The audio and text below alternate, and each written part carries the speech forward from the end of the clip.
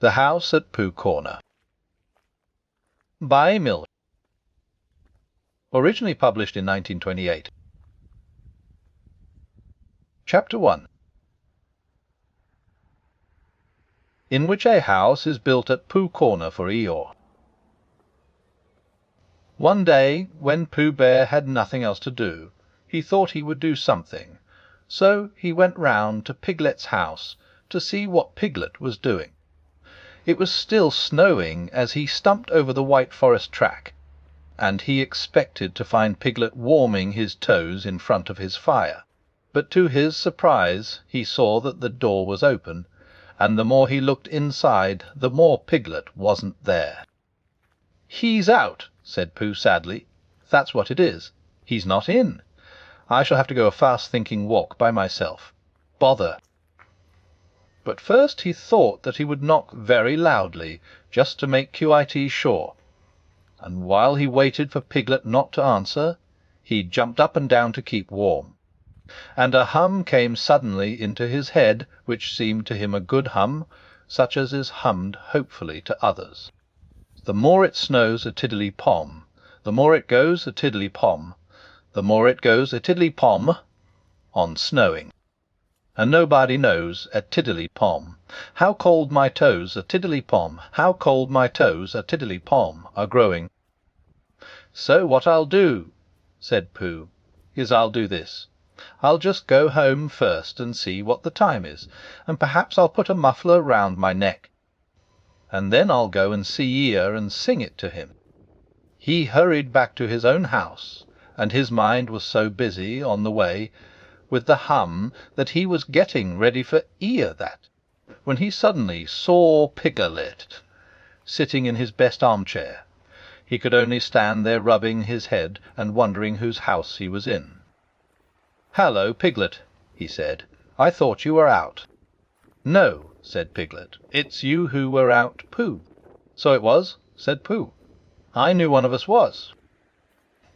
He looked up at his clock, which had stopped at 5 minutes to 11 some weeks ago.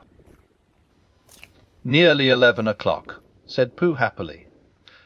"You're just in time for a little smackerel of something," and he put his head into the cupboard. "And then we'll go out, Piglet, and sing my song to Eeyore." "Which song, Pooh?"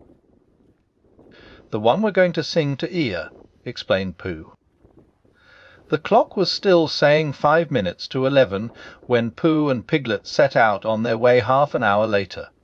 The wind had dropped, and the snow, tired of rushing round in circles trying to catch itself up, now fluttered gently down until it found a place on which to rest. And sometimes the place was Pooh's nose, and sometimes it wasn't. And in a little while Piglet was wearing a white muffler round his neck, and feeling more snowy behind the ears than he had ever felt before. "Pooh," he said at last, and a little timidly, because he didn't want Pooh to think he was giving in, "I was just wondering, how would it be if we went home now and P.R.C. Tysadia your song, and then sang it to Eeyore tomorrow, or the next day when we happen to see him?" "That's a very good idea, Piglet," said Pooh. "We'll practice it now as we go along, but it's no good going home to practice it, because it's a special outdoor song which has to be sung in the snow." "Are you sure?" asked Piglet anxiously. "Well, you'll see, Piglet, when you listen, because this is how it begins. The more it snows, tiddly-pom." "Tiddly what?" said Piglet. "Pom," said Pooh. "I put that in to make it more hummy. The more it goes, tiddly-pom the more. Didn't you say snows? Where's that before?" "Before the tiddly-pom." "It was a D-I-F-T tiddly-pom," said Pooh, feeling rather muddled now. "I'll sing it to you properly, and then you'll see." So he sang it again. "The more it snows tiddly-pom, the more it goes tiddly-pom, the more it goes tiddly-pom on snowing. And nobody knows tiddly-pom, how cold my toes tiddly-pom, how cold my toes tiddly-pom are growing."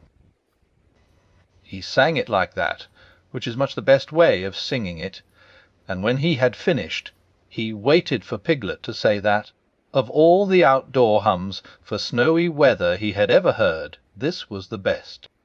And, after thinking the matter out carefully, Piglet said, "Pooh," he said solemnly, "it isn't the TOS so much as the EAS."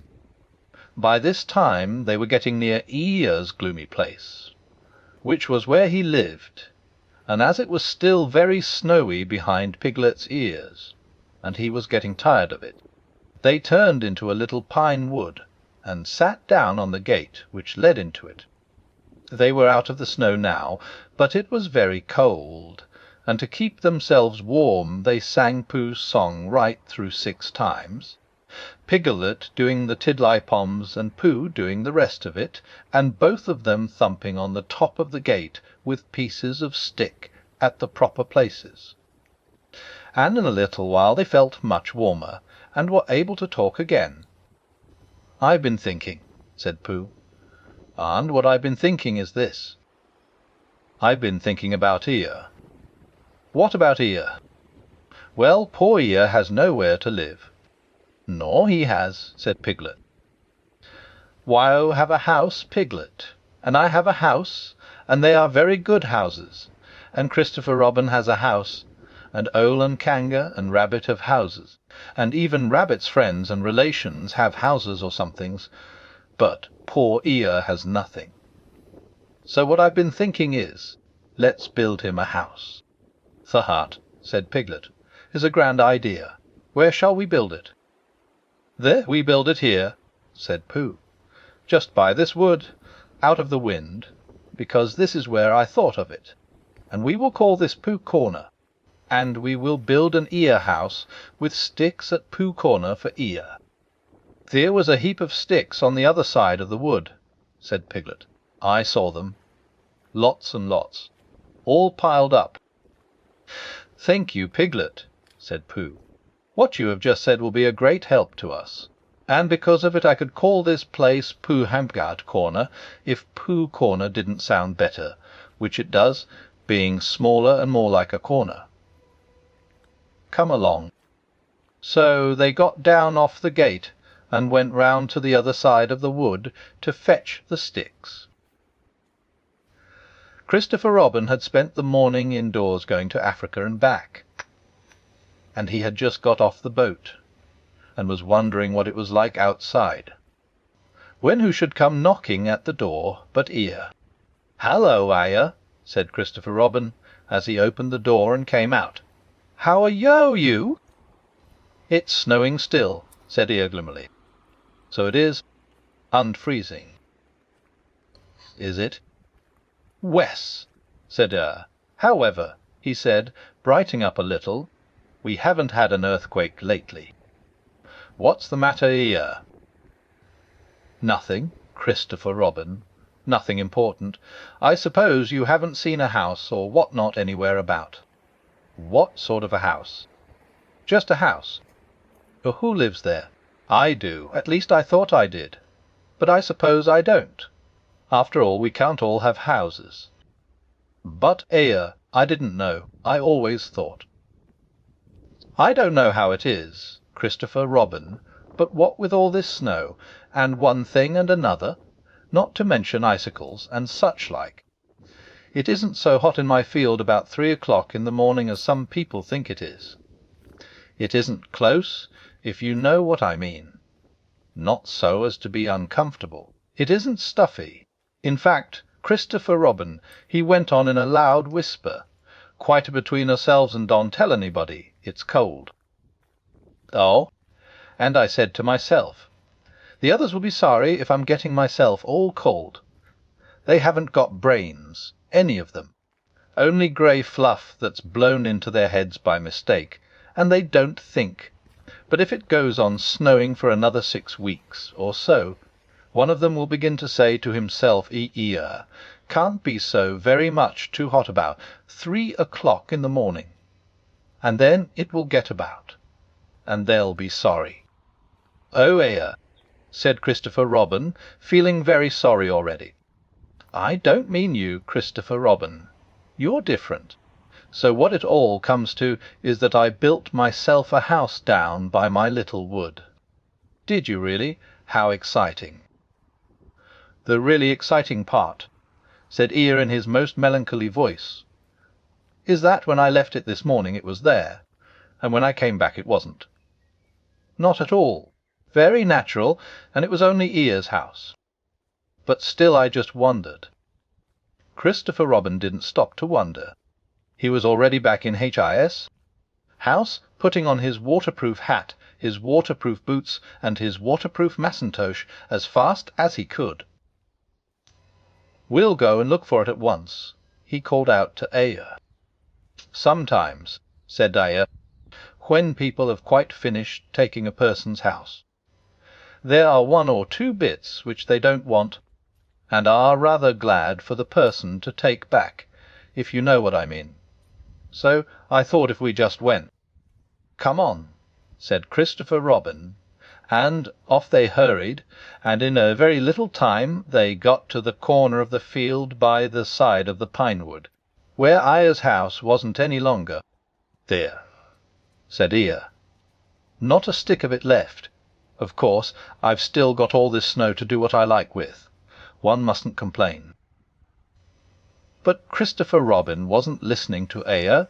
He was listening to something else. "Can't you hear it?" he asked. "What is it? Somebody laughing?" "Listen."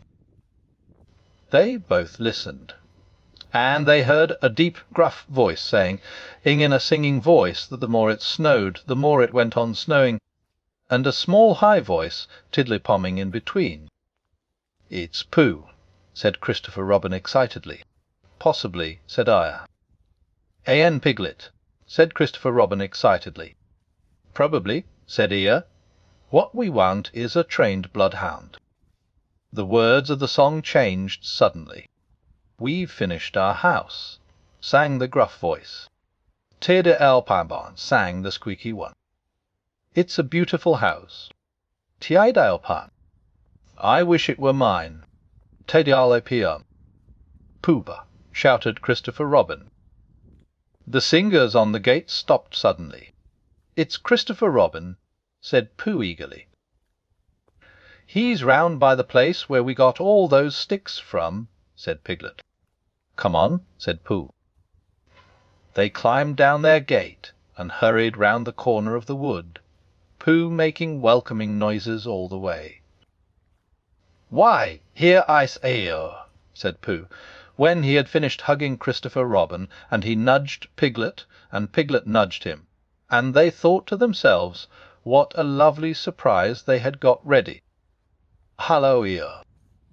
"Same to you, Pooh Bear, and twice on Thursdays," said Eeyore gloomily. Before Pooh could say, "Why Thursdays?" Christopher Robin began to explain the sad story of Eeyore's lost house, and Pooh and Piglet listened, and their eyes seemed to get bigger and bigger. "Thunduggy, did you say it was?" asked Pooh. "Just here," said Eeyore. "Made of sticks." "Where's?" "Oh," said Piglet. "What?" said Eeyore. "I just said 'oh,'" said Piglet nervously, and so as to seem quite at ease he hummed Tiddly-Pom once or twice in a watch-a-wad-a-now kind of way. "You're sure it babas a house?" said Pooh. "I mean, you're sure the house was just here?" "Oh, of course I am," said Eeyore, and he murmured to himself, "No brain at all, some of them." "Why, what's the matter, Pooh?" asked Christopher Robin. "Well," said Pooh. "The fact-ius," said Pooh. "Well, the fact-ius," said Pooh. "You see," said Pooh. "It's like this," said Pooh, and something seemed to tell him that he wasn't explaining very well, and he nudged Piglet again. "It's like this," said Piglet quickly. "Only warmer," he added after deep thought. "What's warmer?" "The other side of the wood, where Eeyore's house is." "House," said Eeyore. "My house was here." "No," said Piglet firmly. "The other side of the wood." "Because of being warmer," said Pooh. "But I ought to care now." "Come and look," said Piglet simply, and he led the way. There wouldn't be 2 houses, said Pooh.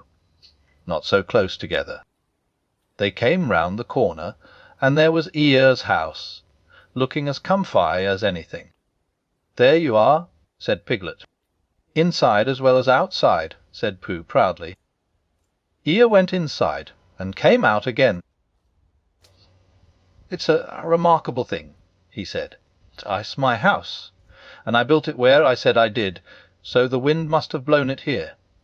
And the wind blew it right over the wood, and blew it down here, and here it is as good as ever, in fact better in places. Much better, said Pooh and Piglet together. Just shows what can be done by taking a little trouble, said Eeyore. Do you see, Pooh? Do you see, Piglet? Brains first, and then hard work. Look at it. Tiete's the way to build a house, said Eeyore proudly. So they left him in it, and Christopher Robin went back to lunch with his friends Pooh and Piglet, and on the way they told him of the awful mistake they had made. And when he had finished laughing, they all sang the outdoor song for snowy weather the rest of the way home. Piglet, who was still not quite sure of his voice, putting in the tidlipoms again. And I know it seems easy, said Piglet to himself, but it isn't a Vio-An who could do it.